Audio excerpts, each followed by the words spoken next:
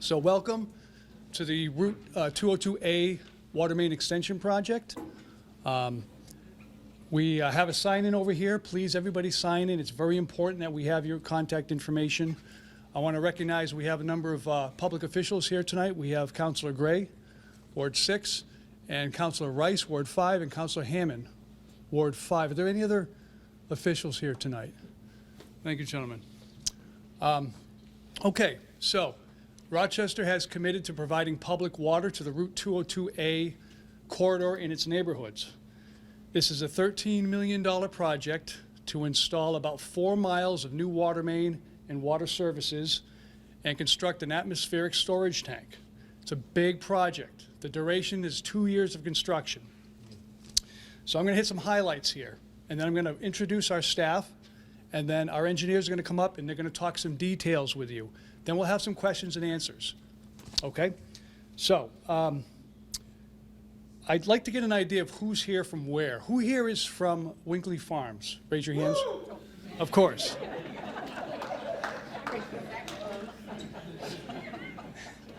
Appreciate that. Who here's from Fiddlehead Lane? You were here last time, I remember. Who here's from Bickford Road? Okay. Great. Okay. Who here lives on Route 202A in the project area? Good. Okay. Who here is from Dustin, Homestead? Okay, we have a great representation. That's what I was hoping for tonight. We have a lot of information for you. Okay, so I'm going to hit some high points, and as I said, I have to say this. I'll remind everybody that per New Hampshire statute, no municipality is required to provide public water to any of its residents. And also by New Hampshire statute, no residents required to take public water. This is not a mandatory program, okay? I just want to give you a little bit of history and background of this project so you can kind of put it into context. Many of you may know this, but there was a service station years ago, roughly around the intersection of Crown Point Road and Stratford Road, and there was contamination from MTBE that was released in the ground. By the way, are there any folks here in the MTBE program? Good. So we have everybody represented. And as you well know, it contaminated groundwater wells. MTBE is an additive added to unleaded fuel to reduce smog. Is a bad thing. It's highly regulated. So these folks were put on point-of-use filtration systems or put on water and put into a state program, the MTBE program.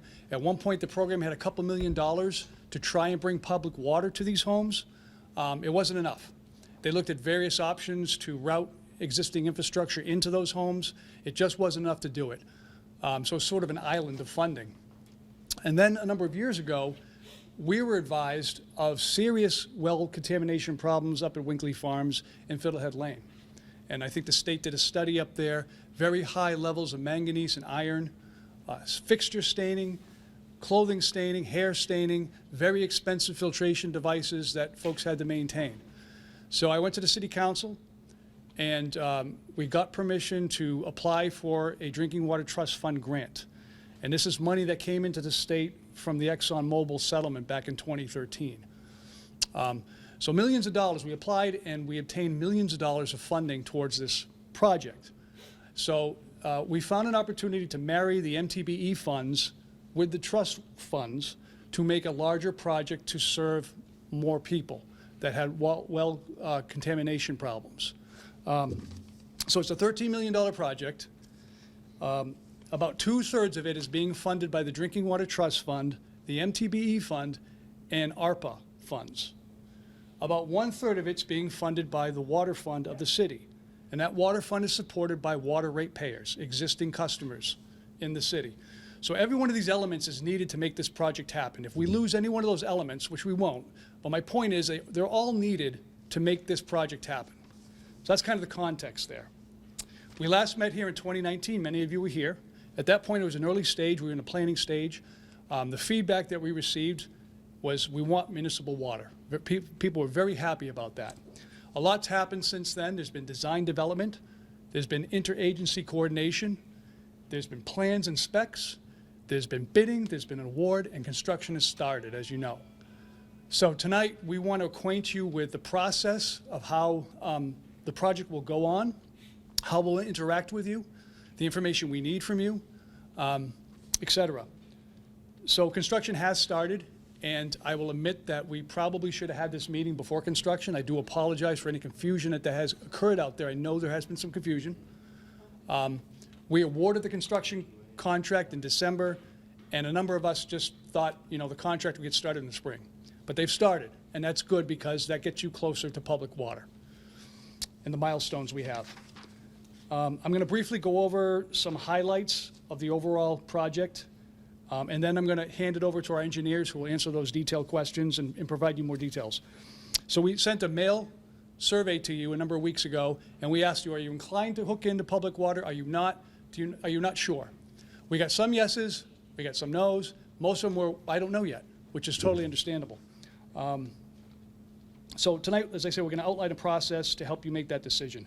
Ultimately, we will need to know from you by the end of March if you intend to connect into public water. So you have some time. And there will be a number of steps between now and then that will involve you. So if your home is in the MTBE program, this project is going to install new main, and it's going to install new services from that main right into your home and provide plumbing to receive public water and decommission the wells. That is all included in the MTBE program. That's a special program with unique provisions. All those costs are covered.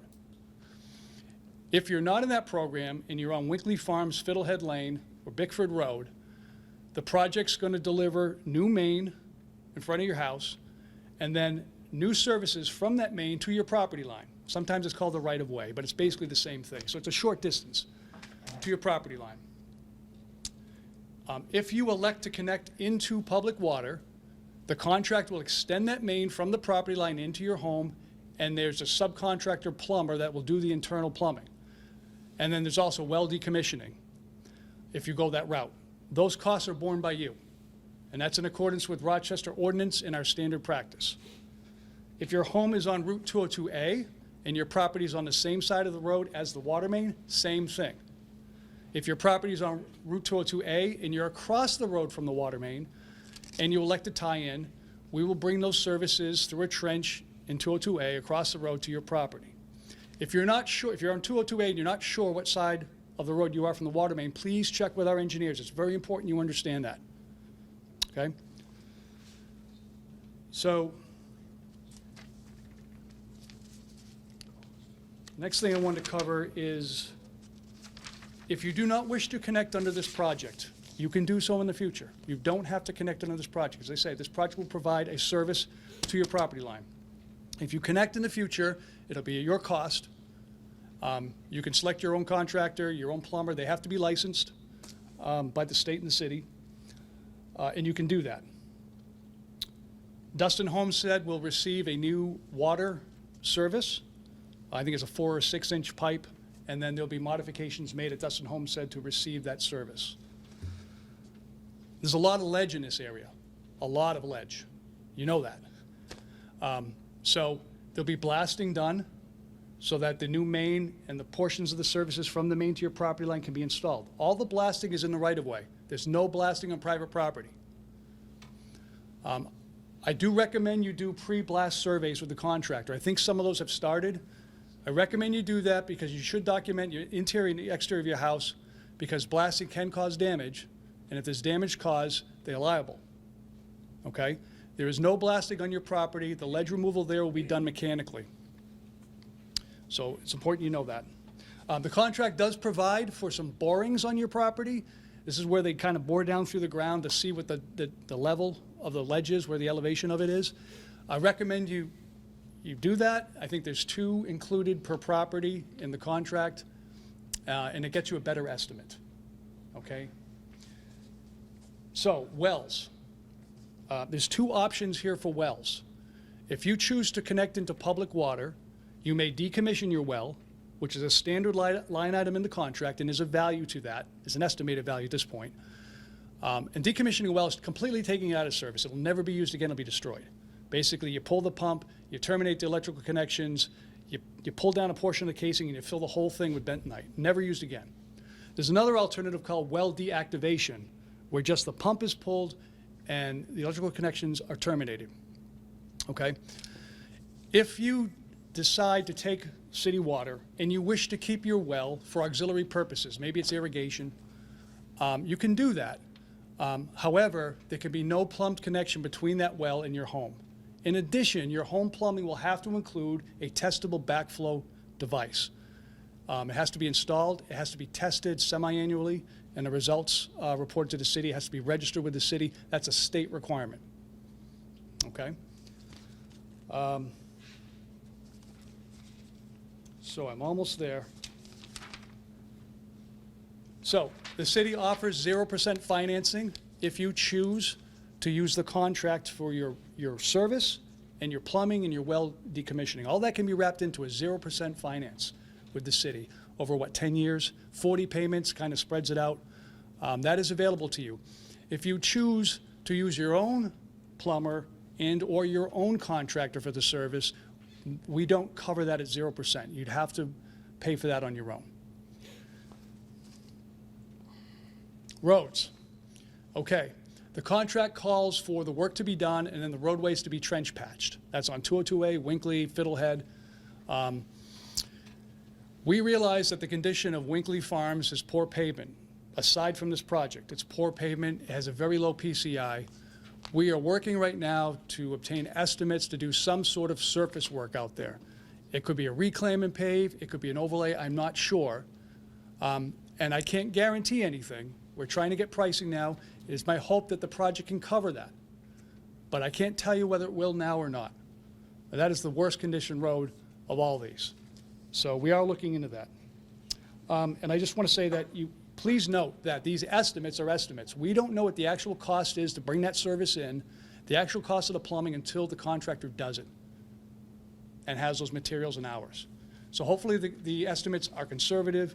As I say, please take advantage of the borings to get the best estimate you can. Please note, if you are on Route 202A and you're on the far side of the road from where the water main is going to be, and you don't wish to connect under this project, that you seriously consider it, because if you want to connect in the future, you'll be subject to DOT's permit requirements, okay? And they may want you to drill under the road. It could be very costly. So again, if you have questions as to what side of 202A you are on in relation to the new water main, please see our engineers. Okay, cost of water. What does Rochester water cost? The average annual expense is about $587. It comes down to about $150 a quarter for a single-family home. We see it go anywhere from $100 to $150. I would count on about $150-ish for a single family. Our rates are right about the middle of the road statewide. They're not super high like some communities around us. They're not super low. They're right down the middle. It's $5.83 for a unit. A unit is 748 gallons. I don't know why they do that, but that's just the way we do it. Some communities do it by gallon. But that's what you can expect, okay?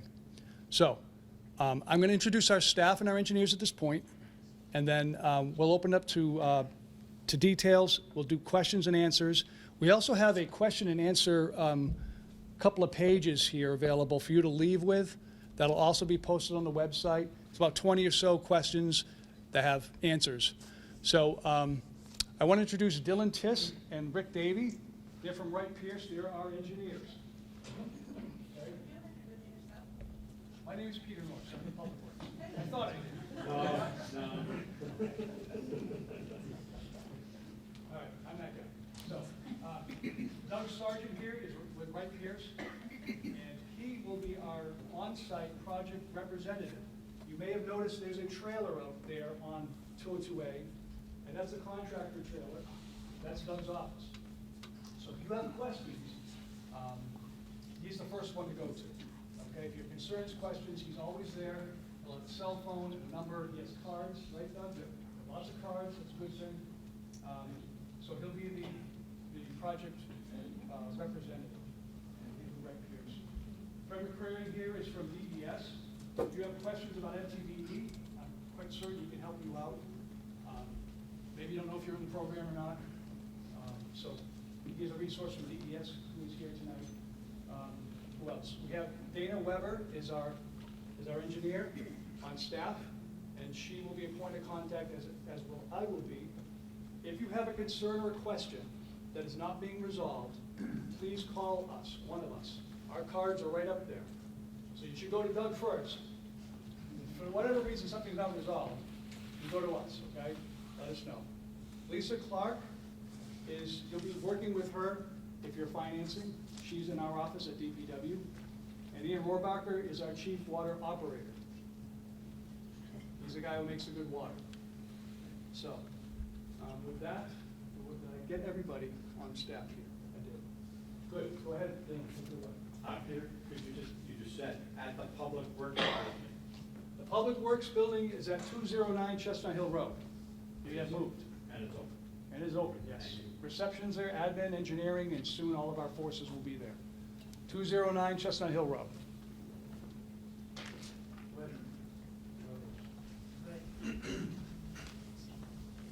See how I can talk here. So sorry. I apologize ahead of time. I'm probably going to go over a lot of stuff that Pete already went over.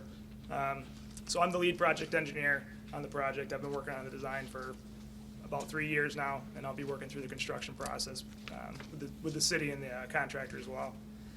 So overall, the project itself is about 20,000 feet of water main, and it's going to be installed on Winkley Farms Road, Fiddlehead Lane, Bickford Road, and Route 202. It extends about 1,200 feet past the intersection of Crown Point Road and Route 202 down Stratford Road, but it doesn't go the full length. So, as Pete said, this is a very expensive project.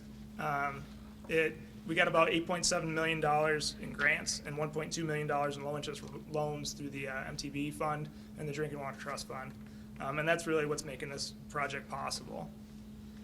As far as the water service connections go, for anybody who's unfamiliar with really the components of a water service connection, it starts from the main, it gets installed to the edge of the right-of-way. That's typically where cities put their shutoff, and then the rest of that service extends through your property into your home, and then there's internal plumbing connections there. So all of these components have been broken out and bid on by the contractor to get unit price costs so that we can put together these quotes for you. But each of your homes is going to be very unique in the terms that one house is further back than the other. There might be a different basement structure. So that's the reason that we're going to have to talk about at length kind of how these quotes are going to come about. So all the city roads in the project are going to have a service installed to the edge of the right-of-way.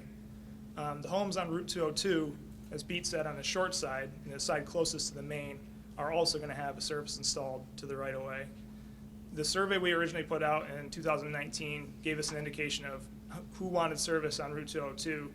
Services that were on the far side, we've only designed that so that the people who indicated they wanted service are included right now on that lawn slide. The reason being for that is that it's expensive, essentially, and it's very complicated to work with DOT to determine what kind of pavement requirements are to get those lawn side services in. It's not to say that we can't add those to design, but that's how it's currently been designed to kind of get an agreement with DOT to let us bid the project.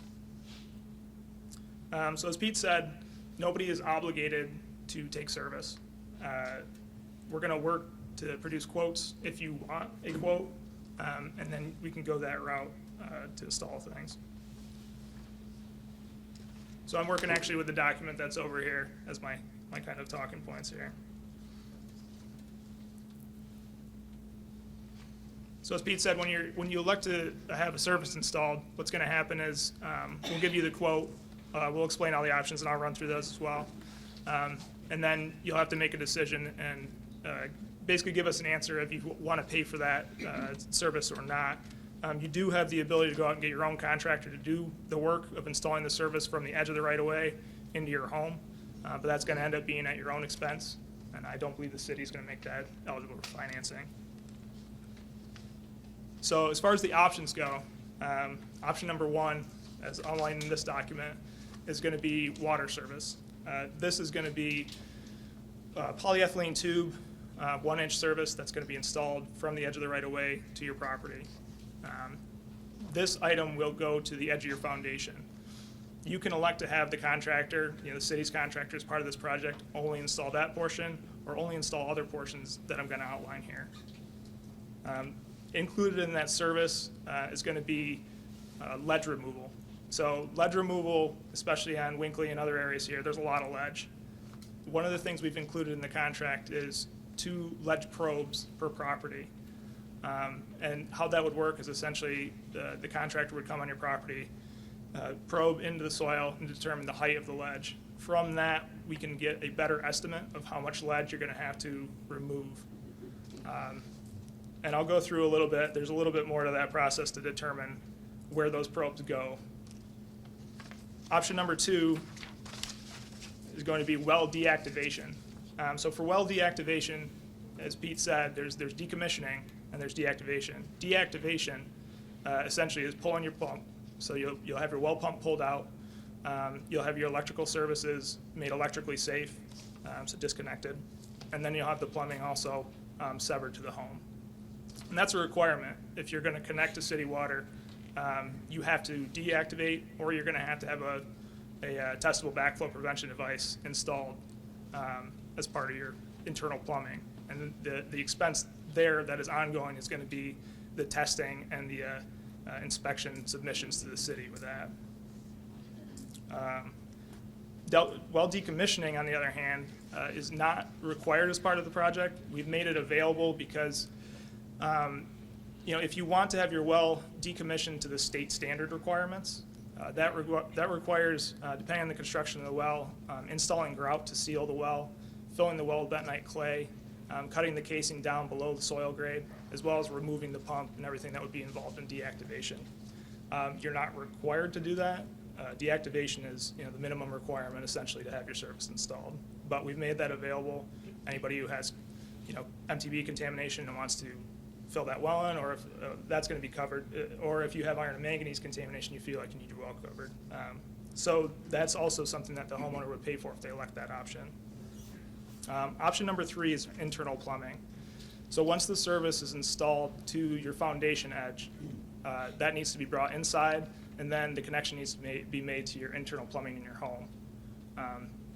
I'll go through the process that we're working through to try to obtain those quotes, but that's going to involve the contractor bringing plumbers on multiple visits, most likely, to obtain quotes in order to get you the best price possible, to have that internal plumbing work done.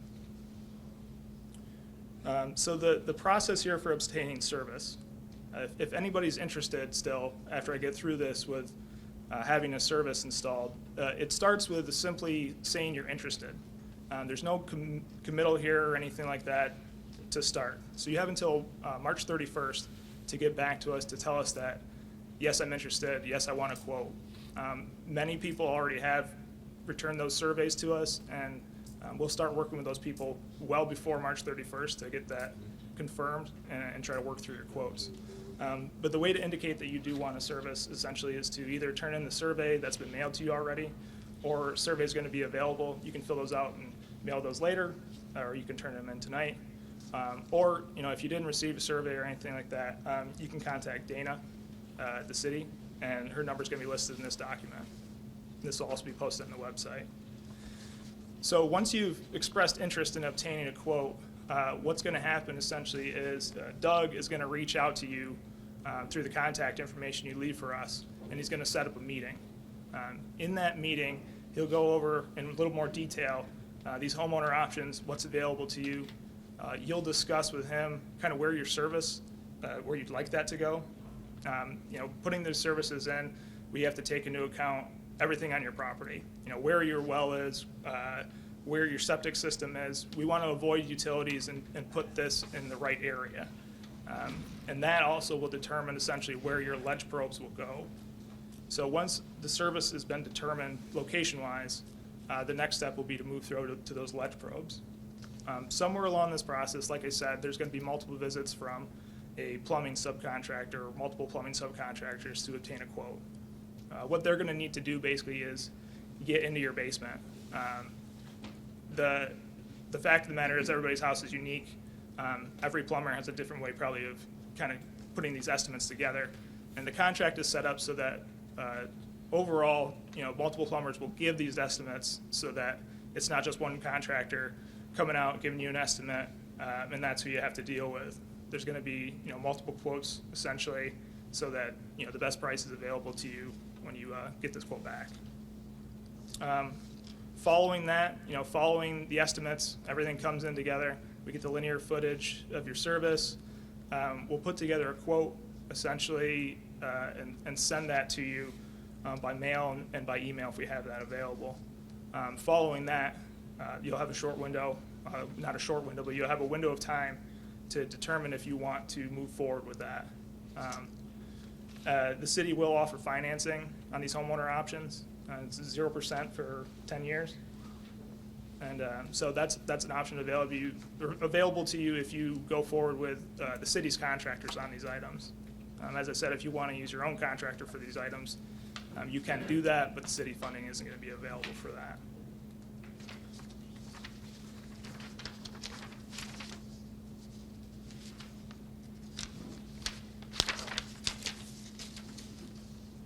So for those of you with Mtb contamination, as Pete said, Mtb contamination, Mtb contaminated homes that have elected for service, we put out surveys a while ago, everything's going to be covered there.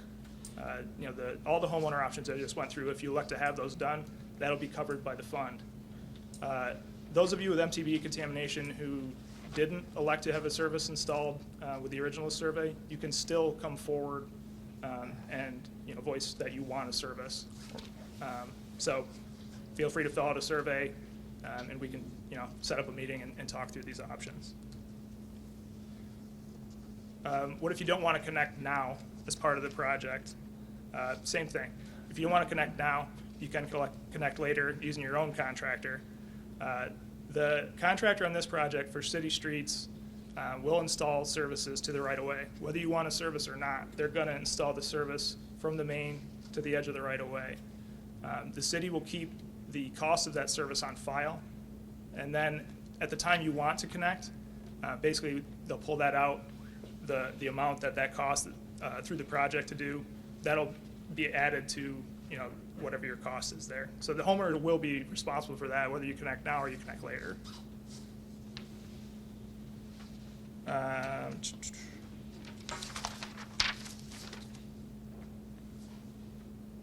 So for those of you in Dustin Homestead, the way the Dustin Homestead connection is going to go is you have a sprinkler building currently.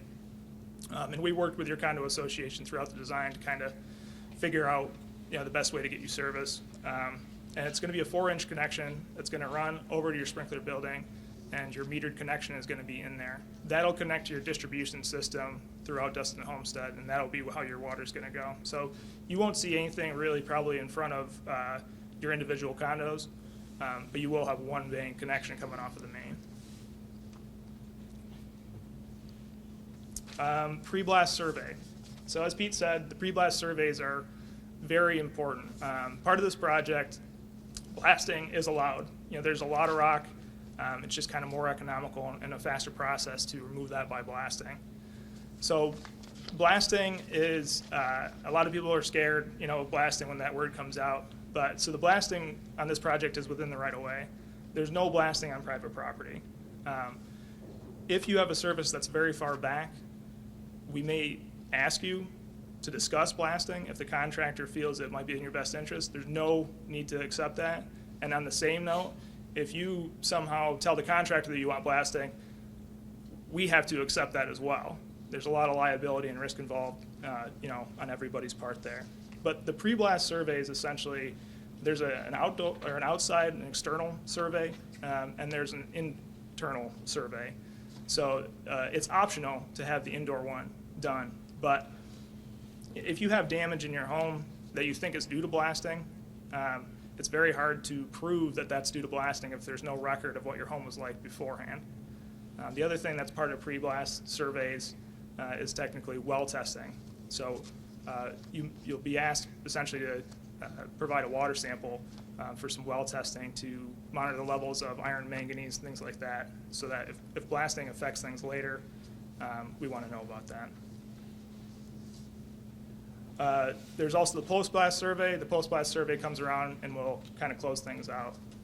The firm that's doing these pre- and post-blast surveys is K&S Inspections, and that's through the contractor and essentially through the contractor's subcontractor for blasting, in case anybody's wondering who's legitimate or not legitimate. If you have any questions about who's legitimate, you can always call the city, or you can call Doug and ask, who these people are and whether you should let them into your home if they're part of the project.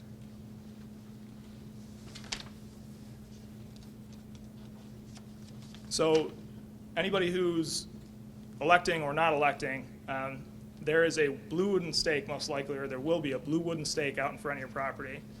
This blue wooden stake is the location where your service is going to enter your property, or at least it's the location that's set right now for where it's going to enter your property. So the best way to get service to your home, all the things aside with the septic systems and everything unique to your property, is to go in a straight path. It's the cheapest way, it's the most direct. So a lot of these services have been laid out at the edge of the right-of-way on kind of an assumed path to your home. If you don't want that service to enter your property where that blue stake is set, I'm going to ask you to call Doug and kind of give him some information on where you want that stake moved, and then we'll try to get that moved for you and do a better location. There's also been some concerns on the trees as far as tree clearing out here. So part of the project on Route 202 requires tree clearing. That's detailed in the plans.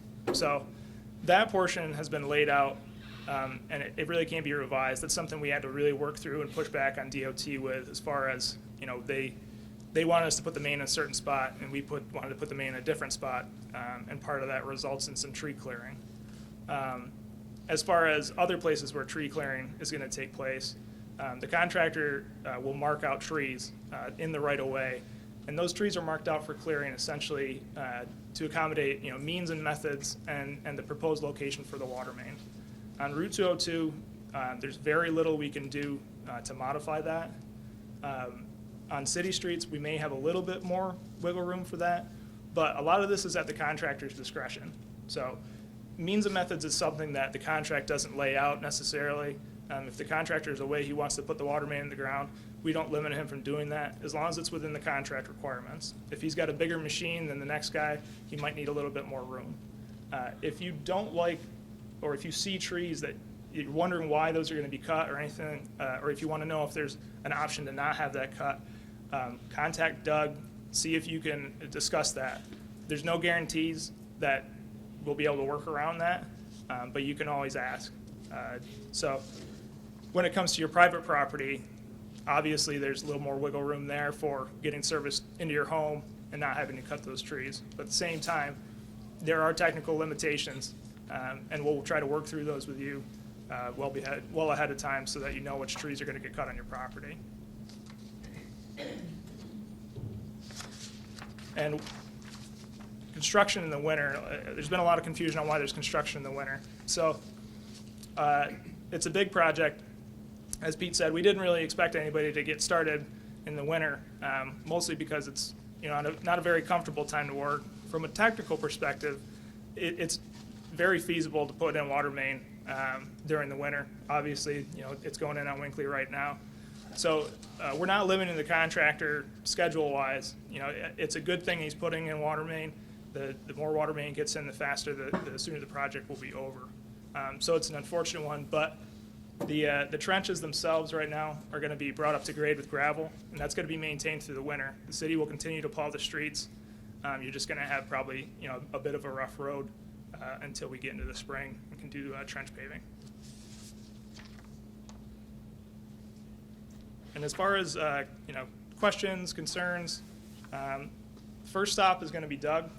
If you have a question or concern, call Doug, see if he can address that once he's aware of it. If there's an emergency situation, again, contact Doug. And when I say emergency situation, if you if there's an emergency situation in your area and you feel that construction is going to impact that, you know, if there's an ambulance on the way to your house or something like that, you know, please call Doug and just make them aware. And then, as Pete said, if you have ongoing problems that haven't been addressed, there's contact information in here as well to discuss that with the city. And that's what I'll have. We can open it up to questions now, and I'll field those for the benefit of those who will be watching this. Just real quick on the tree clearing, I neglected to mention, I talked about interagency coordination. We did a lot of coordination with DOT because we're putting 2 miles of main under their road. Initially, their demands were quite great. They wanted us to clear the entire right-of-way of trees. And the right-of-way on 202A in some points is 75 feet off the edge of pavement. It was an enormous amount of clearing they initially wanted. We negotiated with them and we decreased that significantly. Some trees are going to have to come down. I know at least one point on 202A, we brought the main to the opposite side of the road to avoid some large legacy hardwood trees that were very nice. We want to keep trees, but we can't keep them all. If you have trees, I just want to reiterate, if you have trees that you have concern with, please talk to the engineers that have been marked or et cetera. So, yes, sir. Have the trees already been marked? Some have, Doug? We've marked everything that we think will need to impact the engineer. On 202A? On 202A, With the red circle and the red X? Or whatever. Something red or pink. Okay. Now I know where the water line is. so on 202A, they've been marked. Okay. Also on Bickford. On Bickford as well. Sir? You already know where the blasting is needed? Is it, because it's not the whole lane. Blasting, where will the blasting be? Essentially, so water main is installed with about 5 feet of cover everywhere. You know, that's a state requirement. So as part of the project in the initial design, similar to the ledge probes that we're going to do in your property, we did ledge probes out here everywhere. Blasting has been estimated throughout the project, you know, in various locations.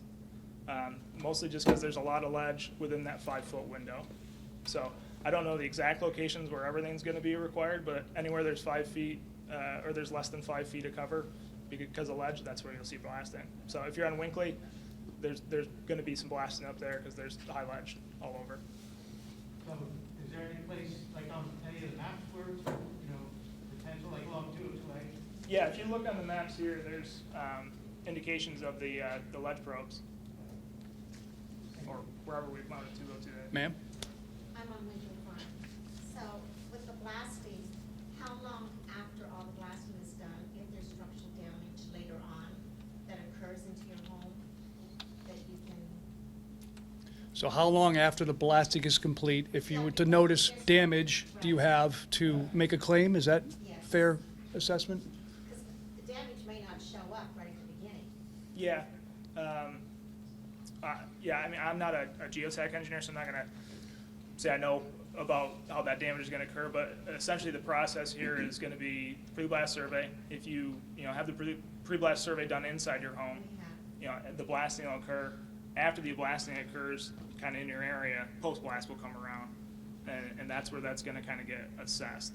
I think anything outside that window, bring that up, you know, if you think it's due to blasting, and we'll take a look and try to evaluate that. But I can't guarantee that essentially between the post-blast and the pre-blast events afterwards, if we can readily identify, I guess, if that's directly due to blasting. But we will take a look. On that same note, when they do the blasting, a seismometer, which is like what they use for checking for earthquakes, will be placed close to the foundation of your home, and we'll monitor that to see how much impact it's had at your property. It'll record the event, Yeah, we'll correct? do that, and we'll have the records of it. Sir?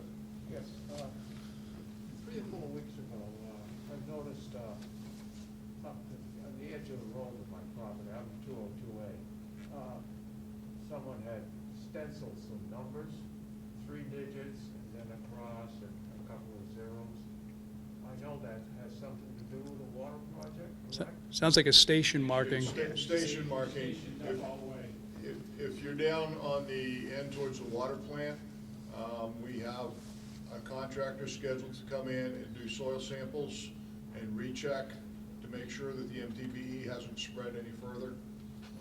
Yeah, essentially what the station marks are is when we lay a project out, the way we kind of lay the whole thing out and refer to everything, I don't refer to it as, 28 Stratford or, 32 Winkley or anything. I use station markers. So it's 1 + 0, 0, and then you kind of progress from there. So that's what those indications are to lay out for me. One more. And I think I know what the answer to this question is before I even ask it, but, when they come on my property, of course I'm gonna elect on the MDT, affected, and when this trench is brought into my home, any damage that's incurred, I don't, shrubbery, lawns, hot driveways, this is gonna fall on me to, correct that after the fact. Did you say you're an MTB home? Just stored.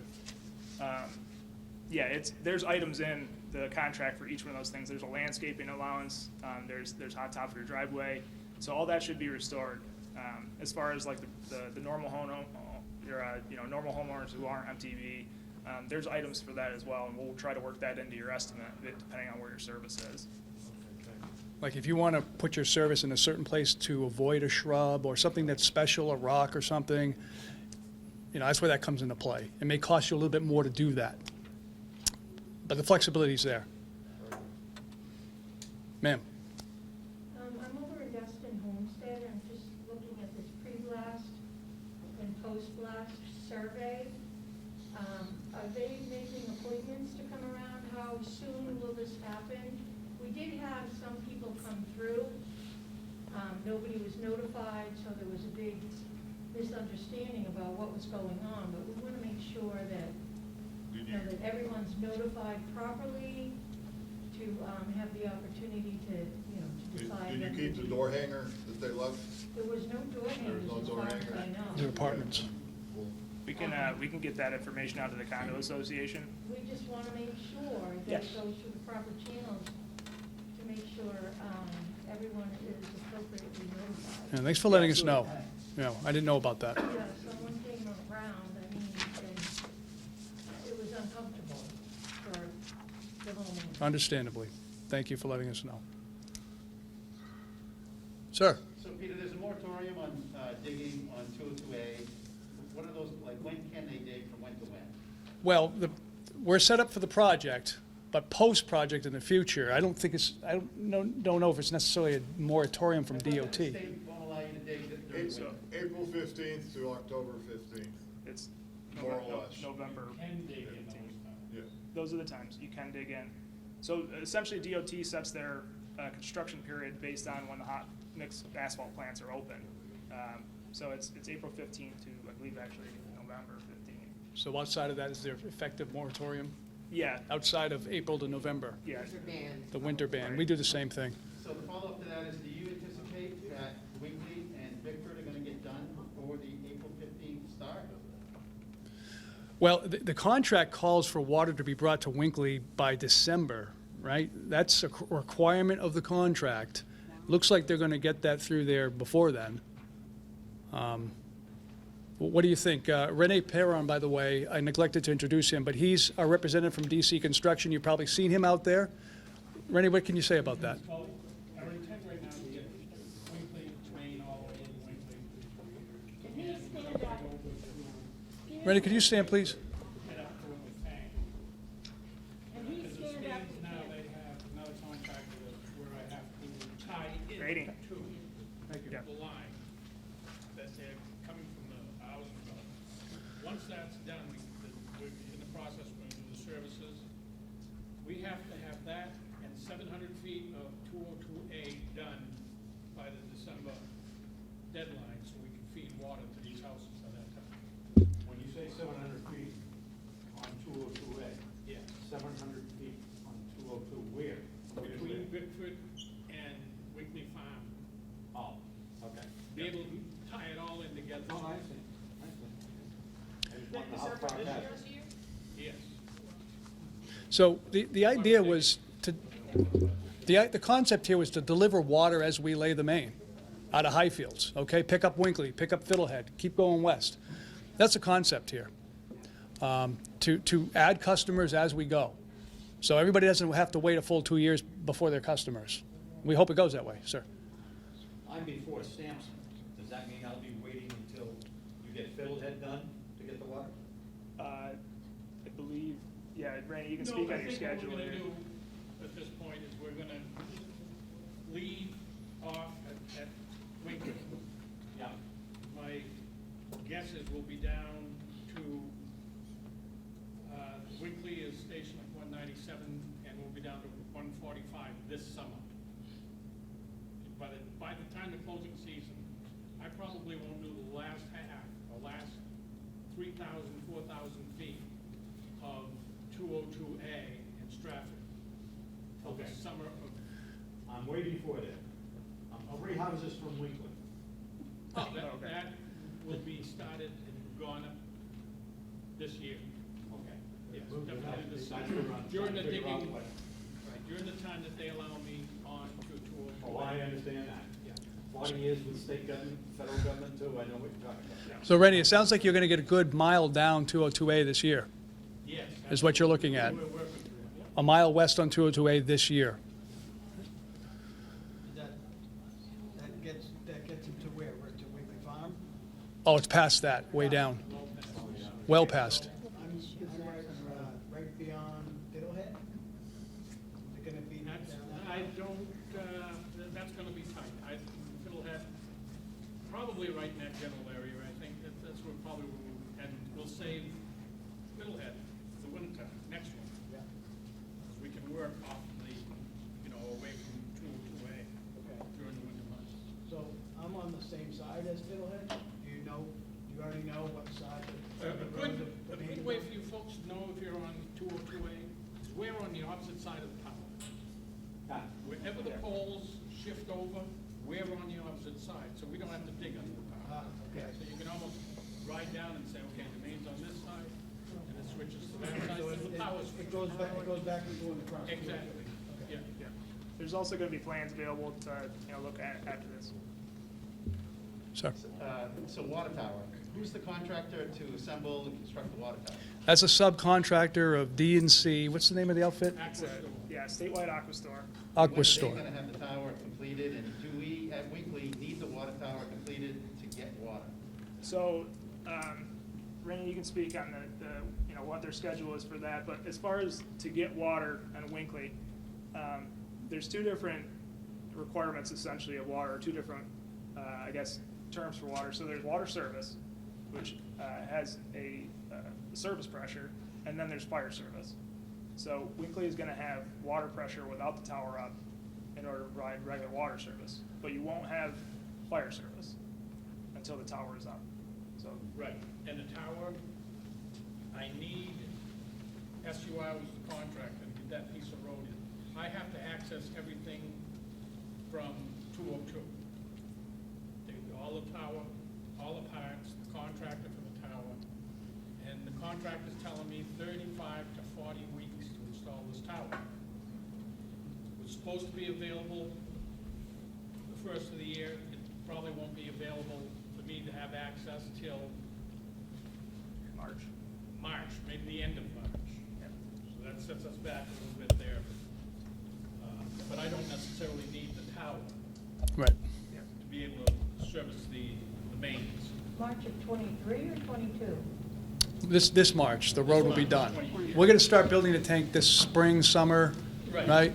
Yeah. About 40 weeks to construct it. It's a large structure. So when are they coming through the woods onto Bickford Road? That'll be follow, As soon as I get Winkley done, the main line crew's going right to Bickford, gonna start on 202A again, Okay. and work their way in. They have 1,900 feet of main in the road, then we'll cut off into the woods and up through the woods. yeah, there's some environmental restrictions that Right. doesn't Yes. allow us to do the tree clearing and everything to put that main in right now. yeah. I have two small questions. One, with the water lines going through, I'm on Fiddlehead, and I know there's no fire hydrants. Is that something that's going to be applicable Great point. I think we're putting hydrant, I know we're putting them in on 202A. Okay. Yeah, there's hydrants all throughout the front And there. then the other question I had as far as the well and the whole process, whether deactivating or putting out. Decommissioning. Yeah, decommission. So, sorry, first time homeowner, so I don't know anything. I'm Shoot. brutally honest. But I was really, as far as someone, like, I'm looking into mini splits because I want the option of that heating oil. So same thing, I'm here thinking, well, I have a well, might be nice to have a tie into public water. What's the reasoning why we couldn't have the option of both, or will we have to hire another company to specifically put in such a fixture that if for some reason I really didn't want city water, but I wanted it as a backup just in case if my well pump went, is that something that's doable? What's the reason why we couldn't? Yeah, so, and I'll let you talk to this if you want to, but, so as part of your water service, you're gonna have a backflow prevention device. There's a difference between a regular backflow prevention device and a testable one, one's, a little more robust. And as you said, it's a state requirement essentially, if you have another source of water that could potentially contaminate the drinking water supply for the city, that you have that special heavier duty, testable backflow device. So with that connection being on your property still, I don't, the city doesn't plan on going in your basement to check and see if that device is still installed.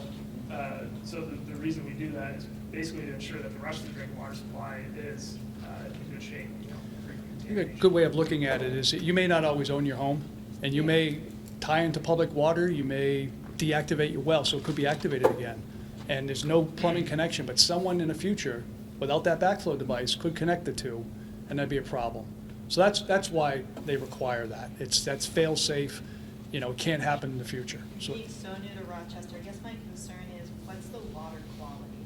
Ian? Usually from your market. Now you've asked for it. I might be a bit biased, but our water quality is fantastic. I think it's the best this side of Connecticut, if not the Mississippi. But our water quality reports are available online. I'm just hearing We older pipings too. I'm just Well, hearing through the grapevine. some of the pipe in certain areas is vintage, like a lot of the other larger, 1890s communities in New Hampshire. But we meet or exceed all drinking water requirements, federal and state. Thank you. Does the city do the backflow testing, or is that something you have to have by a certified company? You'd have to have it done by a certified backflow prevention inspector. And it has to be done once a year? Twice. It's considered a high-hazard device, yes. So that's costly, and it has to be registered with the city, yes. $65. Ma'am. Should you decide to keep your well for irrigation or water your plants or whatnot, if you have inside of your home, inside of the basement, some type of filtration system, like softener and whatnot, would you be able to keep the connection from the well so that the water can go through your filtration system and No. go back? You have to get rid of that entirely? You'd have to have a testable backflow device. Because as long as 2 points are connected hydraulically, there's always the chance, if pressure drops, if there's a breakout in the street, there could be, a contaminant could move into the public drinking system. Sir? What if there's separate circuits? I'm sorry, I didn't hear. What if they're separate circuits? Separate circuits. Is it still inside the home? Yeah, it is, Yeah, Yeah. that's the That- potential. Okay. Sir?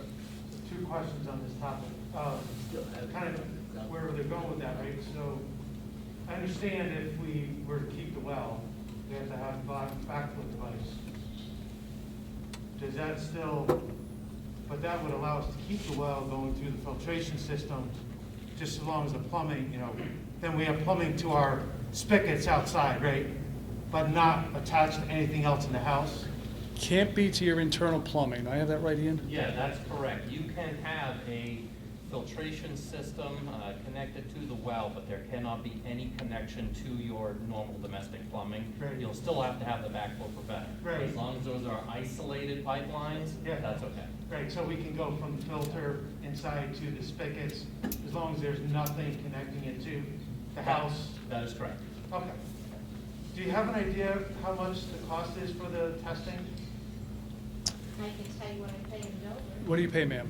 I pay $275 for them to come out. This lady pays $275 for them to come out and inspect it. You said it's Twice a year, it's considered a high hazard, which is semi-annual testing and inspection requirement.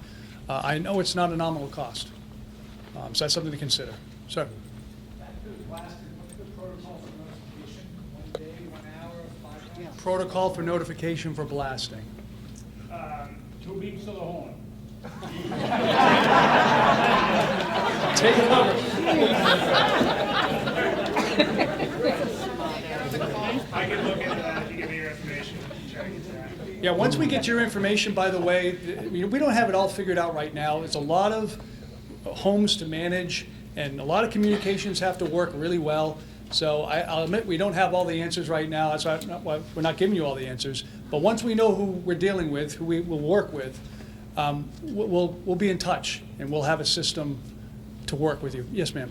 So you're in Winkley Farm right now, and you're We're- getting closer to my house. Yes. You're gonna blast, I'm gonna get some kind of notice. Because we're working at home, and that's my only concern. We've got animals, so I have to, I don't want my animals freaking out. Right, That's the only concern. I'm in Winkley Farm right now. You're heading towards my house. yes. Closer to my house. Yeah, closer to you. Yeah. We should be able to notify you 24 to 48 hours in advance of the blast. Thank you. There were a lot of factors that tie into that, even weather. Right. Usually what we do, when you see the air track come through, it came through once, and that was only for propane. Right. That gave us an indication, we went every 10 feet, gave us an indication as to how far down the ledge was. So what we're gonna do now is move our blaster in next week. So when you see the air track coming again, he's gonna shoot whatever he loads that day. It cannot be left overnight or anything like that. So if you see him moving along, and you see him with these sticks and some wire, you're all right. Take cover. And it's hard, what I'm saying is it's very difficult, because there's too many, if he breaks down, we notify him, I thought you were gonna shoot it, yesterday, and you know what I mean? It can get pretty confusing. And they cover it with those big rubber mats? Yes. Yeah, so you're gonna see all that stuff. Right, yeah. We'll still try to get a deal. They blew up Winkley Farm all the way around to put it in, Right. additionally, so, Exactly. yeah. Sir? Are there any conditions that might prevent someone from being able to connect? I have wetlands in front, along 202A in front of my property. Is there any conditions like that that might prevent me from being able to connect to it? It's a good one. Yeah, that was a good one. Give me your information afterwards, we can go through that and kind of discuss that, because it becomes a wetland issue on private property, which most of the wetlands that we permitted through this are on public, right-of-way property. So it'll probably be a discussion with DES, and we'll try to find a location. It doesn't mean it's not possible. Yeah, We'd find a way to do it. It may be more costly to the overall project, Yeah, yeah. okay? But because you have wetlands, and you want to hook in, we don't want to deny you that. yeah, okay. Okay. Sir? You were talking about Winkley Farm and the quality of the road earlier. Is there a risk that we can't repave Winkley Farm land? Is that what you were referring to? Well, the contract calls for trench paving. So, you cut the trench, you put in the main, and then you pave it over. So you get this stripe down the road. It's not ideal. But we would like to try to do something out there to make more of a finished product. I can't make any promises right now, but we're working on it. As long as I don't have groundwater, I'll be happy. I hope you're happy. I have a question on cost of the homeowner. I understand that the homeowner bears the cost from the property line into the house. But I thought I heard you talking about cost of service to the property as well. Right, the homeowner bears the entire cost from the main to the property line and from the property line into the home. It's just that if you decide to connect in 5 years from now, outside of the project, we will keep the value of that service from the main to your property line on file. And it's a value that doesn't change. It's a value that exists now in the contract. It's the value per linear foot of copper pipe and the curb stop, et cetera. When you connect in, you'll pay for the service and the plumbing, and then before you get water, you'll have to pay the city for the value of that portion of the service in the right-of-way. Does the city have a list of contractors, plumbers who do backflow testing? We do, and we can provide that. Yes, we do have a list of backflow, certified backflow plumbers. We don't endorse any one of them. They just happen to be certified. No. What do you think, Ian? Counselor? There wouldn't be any prohibition against you residents getting together, 5 or 10 of you, and going to a contractor and say, hey, instead of $250, how about doing it for $150? If he's got that many customers, he may give you a break, but that would be up to you guys. I'll buy the donuts. And I can tell you on our list, the pricing is, there's quite a range to them, so I would suggest calling around. So you should have that on your list. So we wouldn't have to do.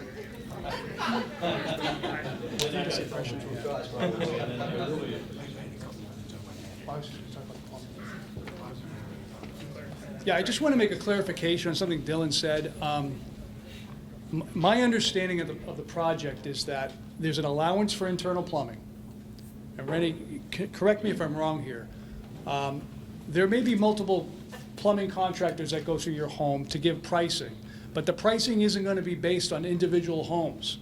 The pricing is going to be based on, what's the lowest bid from a plumber to do the job. Is that correct? Yeah. Because I don't think it was conveyed exactly that way. So it's going to be whoever can do the job in accordance with the requirements, in accordance with state licensing requirements, et cetera, code, and it's going to be the cheapest for the contract. So I just want to make sure that you understood that. For the total, it's based on the total project, but there may be multiple subs going through to develop those proposals. Correct? Correct. Okay. Just want to make sure you understood that. Just to add to that one, the internal plumbing is, if I was a homeowner, that's the problematic piece to me, because I gotta have people coming to my home, doing work in my home, and in this case, may have multiple visits. I think the last project Rochester had, I think they had multiple plumbers, because one plumber couldn't handle it all. And right now, with the labor, issues, we don't really know exactly what's going on. I'm only throwing out, if you guys know a plumber or have that piece would take a lot of pressure, because you could be your own time, your own frame. And I don't think the cost of the internal plumbing compared to the service to the home going, especially through ledge and so forth, I don't think that's going to be the big cost in this case. I think that'll be a lower cost. The service piece is going to cost something in a lot of these cases because of the ledge. So it's something to think about. If your brother's a licensed plumber or something like that, I'd have him do it before I'd go with these guys, just because it's mostly a trouble. It's just going to take a lot of effort to make that happen. Yep. So when you talk about internal plumbing, what exactly does that mean? So the internal plumbing, so right now you have your well pipe come through the wall, and in a lot of cases you have a treatment system or something that you run through and then it goes to your faucets. In this case, internal plumbing really starts from outside the foundation wall, is where the internal plumbing starts. I think at one time, they call it 5 feet outside the wall, is from the outside the wall through the foundation inside. That's the internal plumbing. Once you go on a city system, city water, then it'll be piping, it'll be a backflow preventer, there'll be a place to put your meter, your water meter, hooking that up. So that it's basically the pipe, the water meter, horn that holds the water meter, a backflow preventer. You'll have a backflow preventer, either I'll call it a low-cost backflow preventer. They're just a little small, little watts backflow preventer. You'll have that no matter what, even if you take your well and get rid of it. And then we talked about the irrigation piece. You'd have to have a much more elaborate backflow preventer if you're going to keep your well in service. And by the way, the meter is set by the city, so you pay for the meter. That can be rolled into the financing, but the city, our staff will set that meter, and it'll be rolled into your overall financing. Sir? Remind me, is the decommissioning included too, or that rolled into the financial? Yes. If you deactivate, decommission, as long as it's part of the contract, and these forces that do this are under the contract, 0%. And why would I decommission versus deactivate again? Like what's Decommissioning versus deactivation, I explained what the differences were, but your question is, why would I do one or the other? Thoughts? Yeah, I mean, essentially deactivation is gonna be required, that's pulling your pump, you know, making everything safe. Decommissioning is gonna be, it's not necessarily required by the state. If you don't decommission, you know, you're gonna have an open well casing, essentially, assuming your well's just a cased well on your property. You know, if you have a larger well, you know, something that's not a cased well, you end up with an open well, and it could be a hazard.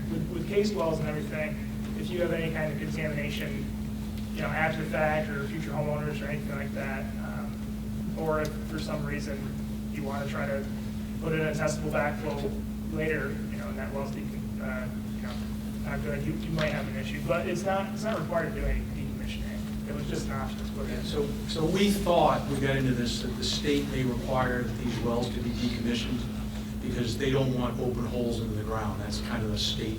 But they backed off and said, we don't have to decommission these wells. But we got prices for decommissioning, and it's in the thousands of dollars to actually decommission. There's a lot of work to decommission a well. The deactivation, which is, you know, pulling the pump, pulling all that, cutting pipe, I think there's a price in there of about $500 right now. So if you're going to just deactivate, it's about a $500 price. I should just put in an $1,800 well pump 2 weeks ago. Of course, that's totally different. Is that eBay selling service? One of Dustin Homestead, they asked the question about blasting, just quick. I looked at the plans real quick. It doesn't look like there's a lot of blasting required around Dustin Homestead. That's what it looks like right now. Now, there's no guarantees because rock, you know, goes. But right now, we're not showing them. Unlike Winkley, where you see rock everywhere, we don't see a lot of rock around that corner there where Dustin is. Peter, we're on meters. Meter inside or outside the house? Inside. Is it electronically read? Yes. Electronically read to the outside of the house. They're read from the outside of the house. They're Census Omni meters. It's what we use now, and they're drive-by read is what we're going to have, right? Yeah, not yet. They will install it with the radio read technology, and we are able to pick those up now on a smaller scale later with the electricity. So, and once you buy that meter, okay, you do buy it, but the city maintains it. If there's no negligence, it's not, you know, purposefully destroyed or altered, we will switch them out as time goes by, get better meters, better technology. So we maintain those. How big? Oh, 6 square block, 6-inch square block? yeah, something like that. They're pretty small. Fred? Wanted to mention that anyone who has a treatment system that has been installed by the state to take care of the Mtb contamination, once the water is available in the street, that the state will no longer maintain that treatment system. You can keep the treatment system, but you'll have to pay for maintenance. So we expect you to tie into the water. What if they don't tie in and they want to stay on their system? Will that be maintained by the state No. in perpetuity? No. No. No, so you'll be responsible for maintaining your system once the water is available and you choose not to connect it. So we'll just emphasize again, if you're at Mtb contaminated home, your service is covered under the project. I'm still confused about that meter charge. So we're paying for the meter. You pay initially, yes.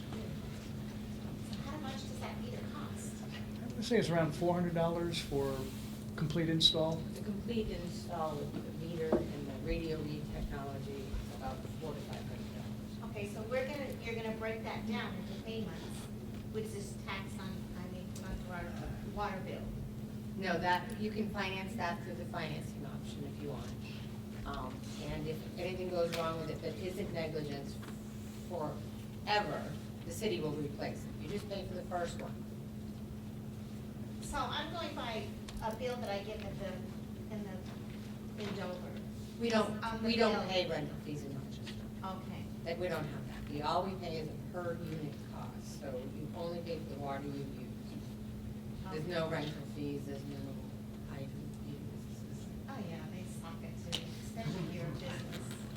You know, Sir?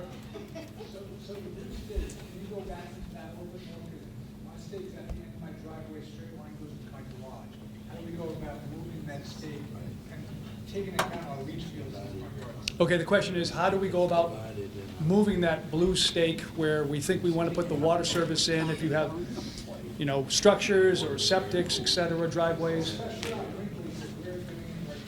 Because on Winkley, they're doing it right now. So essentially, if you pick up one of the handouts, or pick up one of Doug's contact cards, you'll get a hold of Doug. Doug's the on-site representative for Right Pierce in the city, and he'll work with you to get that stake moved to a better location. So as the pipe's being laid, is the service disconnect or service tap being? I'm sorry, I didn't hear. As the pipe's being currently laid, is the service tap being put into that pipe? They are, okay, yes, they are. So if your blue stake's not where you want it, you should probably reach out sooner than later. You should get in touch with Doug. Don't move the stake on your own, please. I'm up there all day, just look for the white hard hat with the headlight on.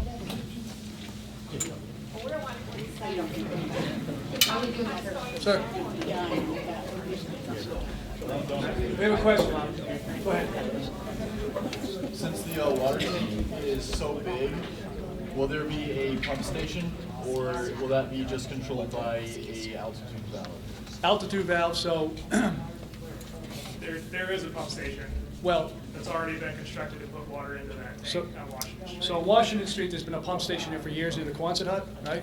So that, right now, it pumps water up in the high fields, and then it stops in high fields. So that pump station is gonna provide water to that tank. And, you know, typical tank operations, you fill it up at night, you know, during off hours when people are sleeping, and it's available. It's done on a daily basis, you know, as needed, but no new pump station. I'm a little confused on the opposite side of Walton Street. You're gonna automatically put a pipe over to mine right away? No, that's the difference. If you're on 202A, we will only cross the road if you elect to tie in. Yeah, if you answered yes to survey at any point, you're in there. If you haven't, I gotta answer yes now. yeah. Well, by the 31st of March. Well, you can answer yes for interest. I would encourage you, if you didn't answer yes in your situation on Route 202, the lawn slide service, you didn't answer yes, I would encourage you to answer yes with interest now, so we can start working through that with the state. Counselor?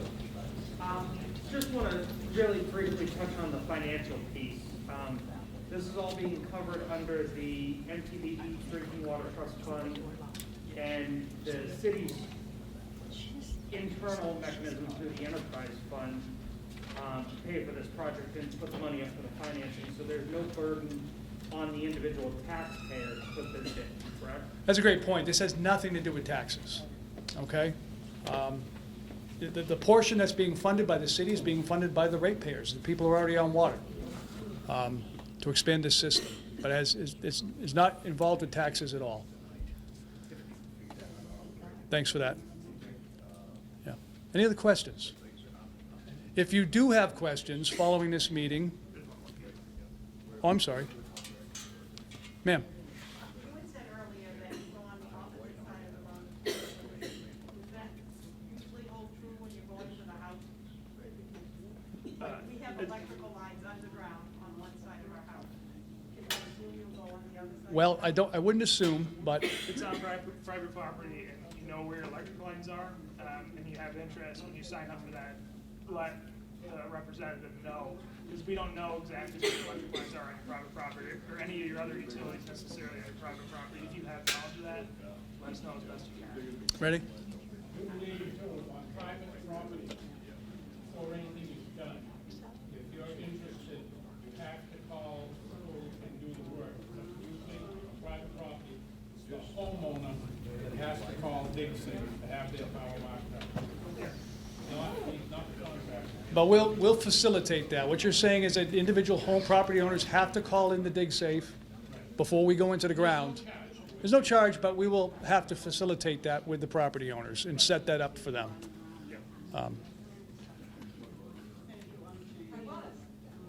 She's talking about underground Right. utilities and all that. Right. Yeah. As far as the opposite side of the property, he was talking about power poles on Route 202. So, yeah. Okay, so if there are more questions after this meeting, please reach out to us. Remember, Doug is your first point of contact. You can also call us at the city if for whatever reason it can't be resolved there. Technical matters are better directed to Doug, okay? Feel free to stay and talk with the engineers if you have some concerns about unique to your property. Thank you.